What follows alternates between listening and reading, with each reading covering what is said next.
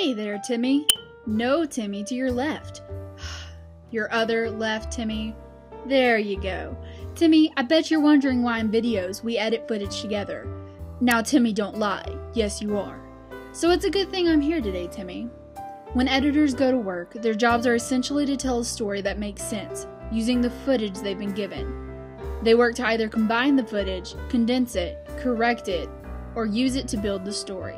Let me show you an example of each, Timmy. Look here. This is an editing program called Final Cut Pro. Let's say you were given a few short clips from a television show, and all that was asked of you is to take all the footage you have and combine it into chronological order, and put them on one single tape. This is the simplest type of editing. You simply take each clip, drop it into the timeline, then do the same with the next. Although no story may be made by doing this, unless the pre-production and production teams had been very planned and accurate and filmed only the footage they wanted, it still gets the job done. The footage has been combined. Now what if you worked for a news station and had been given the same television show clips because this specific episode had become extremely controversial in society and a piece was being done on it during the news at 5? You most certainly wouldn't use all the footage you've been given. You'll probably only use about 10 seconds of the footage, if that, and it needs to sum up the episode and carry the essence of the episode in it. This is where you will condense. Watch through all the footage you have, then pick out the clip that you believe is the most important and dwindle it down to the time you've been allotted. Editors also sometimes run into problems with the footage they've been given. They then have to work to correct the footage, and this is most often the most grueling task. For example, in these television show clips, they've decided the volume needs to be adjusted. It's a simple enough problem to fix.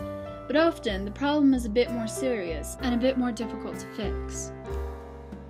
The most enjoyable editing is certainly when you've been given clips such as these and told to build the story. To do this, you just place the clips in the order that best keeps the story making sense. Then apply filters, shorten the lengths of the clips, slow them down or speed them up, etc. At this point, creative freedom, to a certain extent, is much more acceptable. But the story still has to follow the major aesthetic editing principles of either continuity or complexity. Today, however, we're just going to look at continuity editing. Following along, Timmy? Good. Let's continue. The principles of continuity editing are the most commonly used set of guidelines. Continuity editing focuses more on how one shot carries over to the next. Does it still make sense? The major aspects of continuity editing are maintaining the mental map, maintaining vectors, maintaining on and off-screen positions, and cutting on action. Maintaining the mental map is the most important aspect of continuity editing. When viewers watch a program, they form a mental map. That is, they understand in their minds where things are and in what direction they move, whether they can be seen on screen or not. You need to be consistent with where people look and how things move on screen, or else the viewer will only become confused. A part of maintaining the mental map are vectors. So what are vectors exactly? Well, vectors are directional forces that lead us from one point to another, on screen and off. Let's describe each type of vector. Continuing vectors are two or more index or motion vectors that point or move in the same direction. An example can be seen here in these clips that have been cut together. In each clip, the direction of their motion is consistent as they move to the left.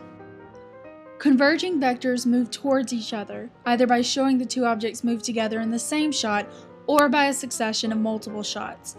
In the clips here, the converging vectors would be their two hands. Diverging vectors are two or more vectors that point or move away from each other.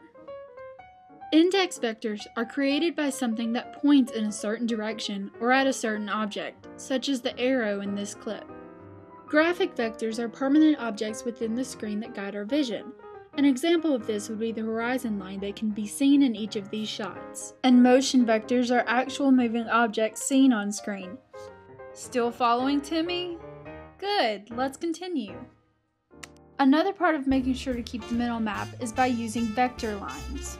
A vector line is a tool we use to maintain the position of those on screen, as well as maintain motion continuity.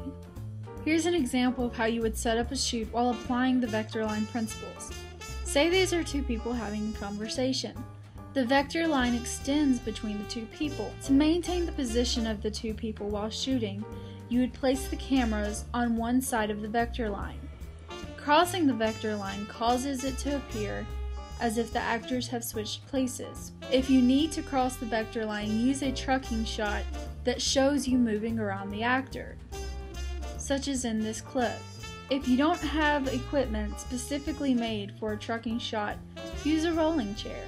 You should also be careful about placing cameras on either side of the motion vector line while an object is in motion. Cutting between these two cameras will make it seem as if the object is suddenly moving in the opposite direction.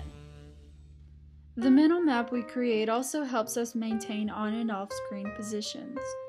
Take this clip for example. As we see new camera shots, we still understand where people are located.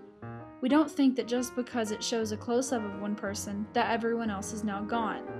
These positions must be maintained so that they will correspond with the viewer's mental map. And lastly, Timmy, the final aspect of continuity editing is cutting on action. Cutting on action means you cut on the action. Pretty simple, really. You want the action to be as seamless as possible between two shots. Don't cut right before or right after an action. Cut during the action. Like I'm doing now, Timmy. Well, Timmy, you've learned a great deal about editing. You got it all right? Good. Now get out there and start shooting so you can edit too.